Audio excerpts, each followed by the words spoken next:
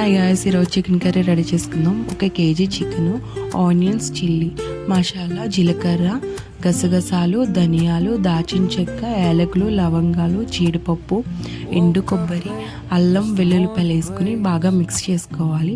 తర్వాత ఒక బాండీలో బిర్యానీ ఆకు, దాచిన చెక్క, యాలకులు, లవంగాలు వేసుకుని ఆనియన్స్ వేసుకుని బాగా మగ్గనిచ్చుకోవాలి. ఆయిల్ తేలే వరకు నేను అందులో కొంచెం ఉప్పు వేసుకొని మగ్గనిచ్చుకున్నాను.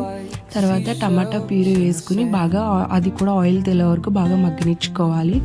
అవి బాగా ఎర్రగా మగ్గిన తర్వాత నేను ఇందాక ఉప్పు వేసాను కాబట్టి ఇప్పుడు కారం, పసుపు, మసాలా వేసుకుని బాగా మగ్గనిచ్చుకున్నాను. అది బాగా ఎర్రగా ఆయిల్ తేలాక బాగా మగ్గిన తర్వాత అందులో చికెన్ వేసుకున్నా. చికెన్ నుంచి వాటర్ వస్తాయి కదా, ఆ వాటర్ వస్తే చాలా టేస్టీగా ఉంటుంది. ఆ వాటర్ వచ్చిన తర్వాత అందులో కొబ్బరి పాలు, కొన్ని వాటర్ వేసాను. కొబ్బరి పాలు వేస్తే చికెన్ కర్రీ చాలా టేస్టీగా ఉంటుంది. ఇంకా చెప్పాలంటే కొబ్బరి అన్నంలోకి ఈ కర్రీ ఇంకా టేస్టీగా ఉంటుంది. చూడ్డానికే కాదు, టేస్ట్ కూడా చాలా బాగుంటుంది. ఇంకా ఫైనల్గా కొత్తిమీర వేసుకుని స్టవ్ ఆఫ్ చేసుకున్నా. టేస్ట్